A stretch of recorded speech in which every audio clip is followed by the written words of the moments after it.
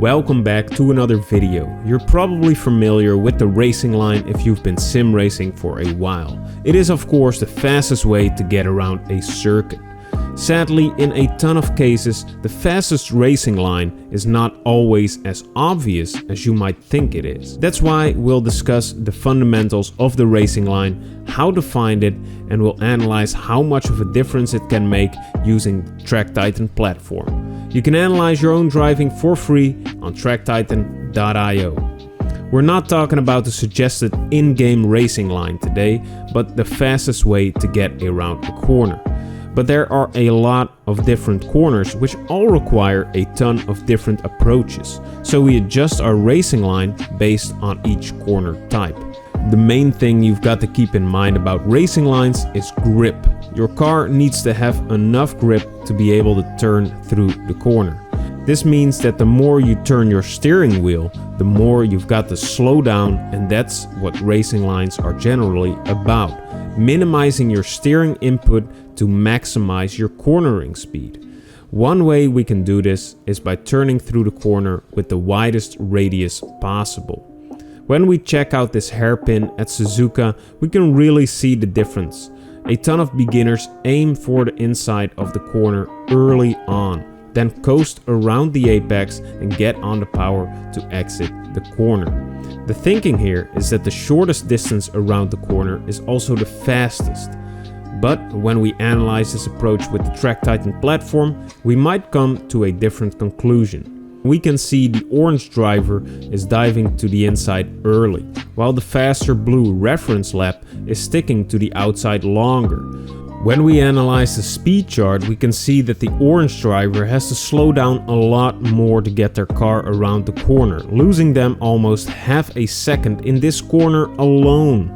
You can analyze your own driving and find mistakes like these on the TrackTitan platform for free. Now that we know the basics of the racing line, let's figure out how we can find the best approaches. First, we'll divide the corner up into 3 segments: the entry, the apex, and the exit. After the initial braking phase, we want to start turning in gradually, especially in heavier GT cars. During this turning phase, we want to reach our maximum steering angle when we hit the apex. After passing the apex, we want to maximize our exit speed in the following sector. We can do this by gradually steering the car back into a straight line and getting back on full power without losing any grip. In this example, we used a symmetrical racing line. The curve of the racing line is the same on the entry as on the exit. But when you're racing, you want to slightly adjust your racing line to favor a faster, straighter exit. By turning in slightly later and hitting a later apex, you can get a straighter exit. This allows you to accelerate earlier and gives you a speed advantage throughout the following segment. Sadly, not every corner is symmetrical and every turn requires its own approach. That's why we've got some key points for you to keep in mind when dealing with different kinds of corners. When the corner has a heavy braking zone, try to brake deep into the corner as straight as possible. This shortens your braking distance, which means you'll have a time advantage before you're even halfway through the corner. But this doesn't mean you should sacrifice your exit. What comes after a corner influences your racing line greatly, as you always want to optimize your exit. Chicanes are a great example of this. They're practically 2 corners glued together. But in a chicane, you want to sacrifice the exit of that first corner to optimize the exit of the second corner, so that you'll exit the corner complex in the fastest way possible. Curbs are also important to take into consideration when it comes to planning out your racing line.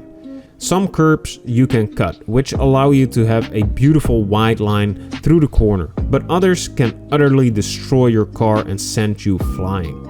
It's important to know which curbs are safe when you're planning out your racing lines. So practice these before you try out some special tactics during your races.